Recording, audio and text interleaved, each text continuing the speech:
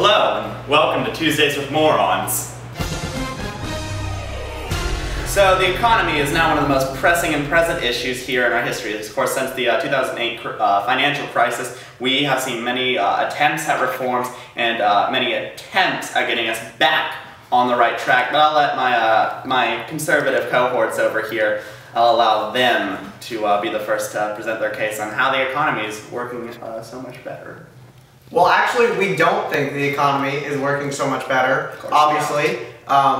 You know, the vice presidential candidate, Paul Ryan, he proposed the new budget plan that was, of course, shot down in liberal Congress because they're the masters of bipartisanism and cooperation, yet if someone else proposes a budget plan, they don't even give it a thought, do they? Well, it was done. Liberal Congress? How can we say that Liberal Congress. I'm sorry, our House of Representatives is run by the Tea Party. It was shot down in the Senate, but our House And I think we all know that the Senate has more sway than the House of Representatives. I think they have equal sway when it comes to passing a bill to the House. Well, and plus all appropriation bills and all bills about money and taxes and revenue all start in the House. Well, the House has written many budget proposals that have all been shot down by the rest of the Democrats in the Senate. Like which ones? Dirt. Okay. What I'm going to say right now how are we going to say that we have a successful economy when we have a recovering economy. $16 trillion. We still have 2 unpaid wars. Let me just throw that out there. We have a president who have to work on that. And how can you criticize about unpaid wars when Obama is continuing these wars? I thought he was. He's already ended one. No, and he started what? 2 more? Let's say let's say he's aided Egypt, he's aided Syria. What about Libya? Has he gone in there with military forces and funded them completely? Has he done that? Well, we've used airstrikes. Yes. And we've declared war using airstrikes. And we haven't used any ground troops. I mean, I think anyone would be crazy to say that the scale of Egypt or Libya or is Syria on the scale of Iraq and Afghanistan. That's absurd. And I'm sorry, Libya and Egypt are done. We're no longer involved there, but for diplomacy and peace talks. That's already over. That's how we've already settled that problem. Another thing is the spending growth under Barack Obama as president. The financial industries now came out with this little poll here, the graph. So, under the last, let's see, 1, 2, 3, 4, 5 presidents, that includes Barack Obama, Bush Jr., Clinton, Bush Sr., and Reagan, the biggest amounts of spending growth have been under all the Republican presidents. In fact, Barack Obama has the lowest spending growth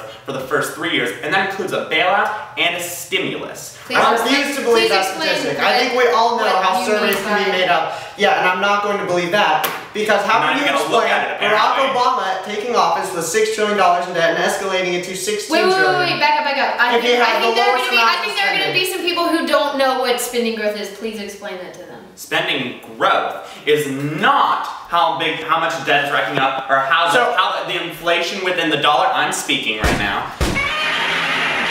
But it is how much we've added to our spending. Like, have we expanded welfare? Have we expanded Medicare? Have we expanded these systems? And that is one thing. Barack Obama has not expanded these systems. He's not making us spend any more than already has been set up by the Republican presidents of the past. He is spending the exact same amount. And right now, there are many issues on the table to see how we could either spend less, reform spending, or raise taxes. The math doesn't add up, does it?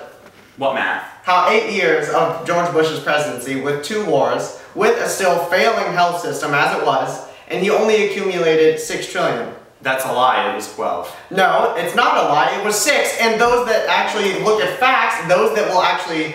I don't think it was actually, 6 We'll debate that some it say wasn't 6. Go for yourself on the now net. 16. Okay, we were $9 trillion in debt as a nation when Obama was put in place. So the number just changed by $3 trillion. Are we going to trust these people because they just changed numbers? $9 trillion in debt going into Obama's administration. $7 trillion in debt Obama has racked up. I just wanted to clarify that. And that's 4 years. Even if your statistics were true, that's still 7. In 4 years, he's accumulated $7 trillion, as opposed to George Bush waging 2 full-scale invasions, ground troops and all, in 8 years, only accumulating 9. I still think if George Bush had focused his time towards reforms within the country instead of going into senseless wars that we did not need to be a part of. Wars. That's nothing.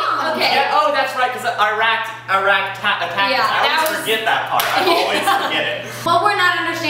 our country cannot afford the plans that Obama has put into place. Which ones? All of them. Okay, I will tell you. Obama. Healthcare, the bailout. I will tell you. Okay, 50% of our spending goes to Medicare and Social Security. 50%. Our country spends $3.2 trillion a year on all these plans that we do. That includes defense, that includes Medicare and Social Security. Within our taxpayers, every year we generate some $2 trillion, leaving $1.3 trillion in debt that we are gaining every single year. That was 2011. I think so. Well, I think regardless of, you look at numbers, you look at statistics, you look at percentages. It comes down to this too. Mitt Romney is losing the middle conservative. He's not an American man. He's not the regular average Joe. He's losing them. He's losing them, and I know people that he's losing. And he is a successful, wealthy businessman. Has nothing by exploiting other people.